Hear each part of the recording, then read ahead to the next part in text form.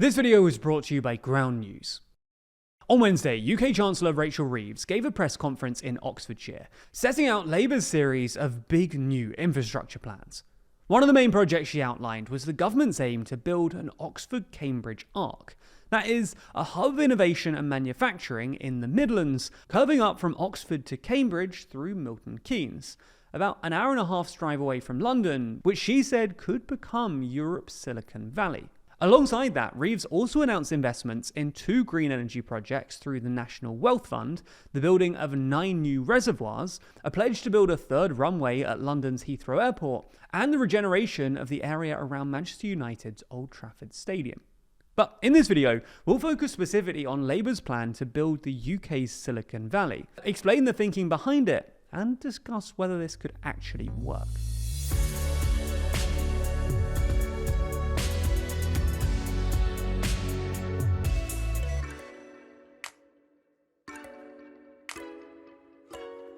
Never miss an episode and always feel in the loop by subscribing and ringing the bell. Let's start though by explaining what we mean by the Oxford-Cambridge arc, aka the UK's Silicon Valley. The idea originally goes back to March 2016, when the UK's National Infrastructure Commission was asked by the Conservative government to draw up a report on how a potential Cambridge-Milton Keynes-Oxford corridor could be designed to create new jobs, homes and towns in the region. It then became a key priority for successive Conservative governments until 2021, when it was shelved under Prime Minister Boris Johnson, largely in favour of Johnson's levelling up agenda. However, the current Labour government have decided to revive these plans, with Reeves saying on Wednesday that the Oxford-Cambridge belt has huge potential for the UK's growth prospects, thanks to its 2 world-class universities, strong manufacturing bases, and the large amount of brownfield land that can be developed into new towns. However, Reeves also said that there are, quote, far too many supply-side constraints, citing firstly the lack of fast rail transport, and secondly a lack of affordable housing, as factors impeding growth that need to be addressed. Firstly, in terms of transport, the 2 cities are only 106 kilometres apart, but there's no direct rail link currently operating between them, with the old Varsity line, which is set to partly reopen this year, having been closed all the way back in 1967. To get from Oxford to Cambridge by train today, you have to go into London first, and then get public transport to a different station, and then get another train out to Cambridge. So to get things moving, Labour have confirmed funding, beginning this year, for new services on the planned east-west rail line that's currently under construction, as well as promising an upgrade for the A428 road between Milton Keynes and Cambridge. The other, arguably more salient issue is the lack of affordable housing. According to the 2025 Cities Outlook report by the Centre for Cities think tank, Oxford and Cambridge are the 2 most expensive cities to buy a house in the UK, excluding London, with an average price tag of £571,300 and £564,300 respectively. The study also ranked Oxford as having the highest, i.e. steepest housing affordability ratio, or HAR, in the UK, with Cambridge coming in at 7th. Interestingly, housing in Cambridge has become far more affordable than in Oxford over the past decade or so. In 2015, for instance, Oxford's HAR was 15.3, while Cambridge's was similarly high at 15.1. Today, Oxford's score is 13.6, while Cambridge's has fallen to 10.5, a much bigger drop.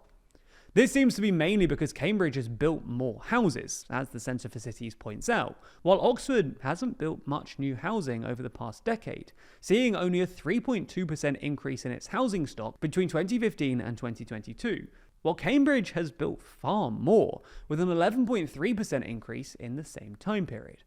As a result, Labour hopes that their planning reforms will accelerate house building across the Oxford-Cambridge belt to bring down prices. And supposedly, we can expect further announcements on plans for new towns across the arc once they've been approved. So far, Labour have confirmed that in Cambridge, 4,500 new homes, as well as new schools and a new Cambridge Cancer Research Hospital will be built.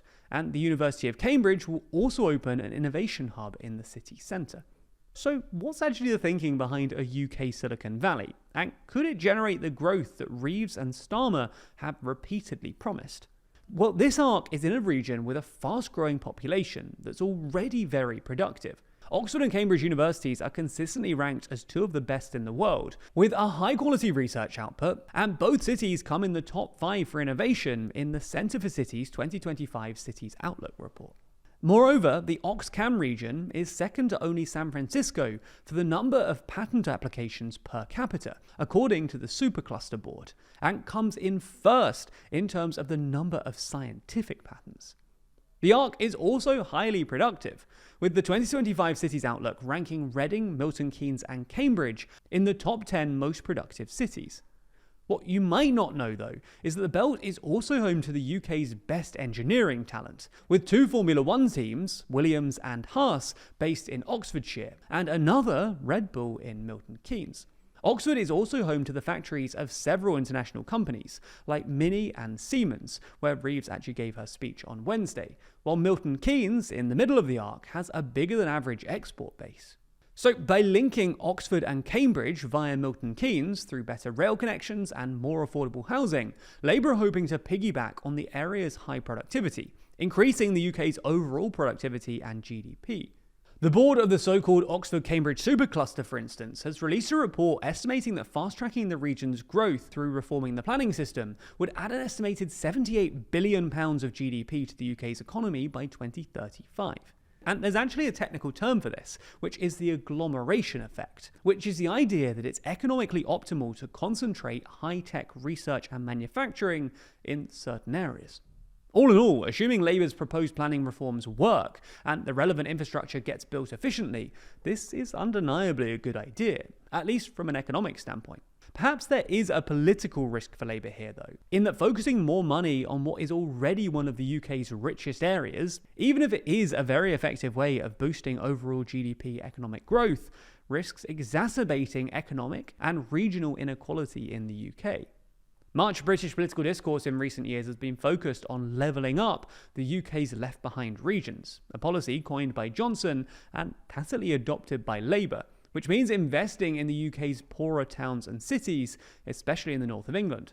While Labour might argue that the overall increase in GDP and tax receipts makes the Oxford-Cambridge arc worth it, focusing their efforts on already wealthy areas in the south does have political risks. If you want to keep following this, though, and Labour's successes and failures more generally, you should check out Ground News, a website and app developed by a former NASA engineer on a mission to give readers an easy, data-driven, objective way to read the news. They pull in stories from all over the world and organise them by story, with each coming with its own quick visual breakdown of the political bias, factuality, and ownership of the source's reporting. All backed by ratings from 3 independent news monitoring organizations. Right away, you can see this story about Trump and Starmer's burgeoning relationship had 57 outlets reporting on it, with 32% of those sources leaning left, while 56% lean right. With outlets on the right much more likely to additionally make claims that Brits support Trump's policies in areas like deportation and free speech. One of my favourite features, though, is the My News bias. It's basically a fitness tracker, but for the news. It tracks my reading habits over time, my trends in political bias, the specific news outlets I read the most, and even the specific topics I gravitate towards. And it's been really helpful in minimizing my own personal blind spots. Now, as an independent news outlet, we're passionate about informing our viewers about bias and helping them to understand how it affects the media they consume. And Ground News is very effective at this, showing you just how each side of the political divide covers every story you read online. And best of all, Ground News are currently offering viewers 40% off Round's Vantage plan, which includes access to all of their amazing features, like their blind spot feed. This is their biggest discount of the year, so go to ground.news/TLDR, scan the QR code on screen, or use the link in the video description to subscribe today.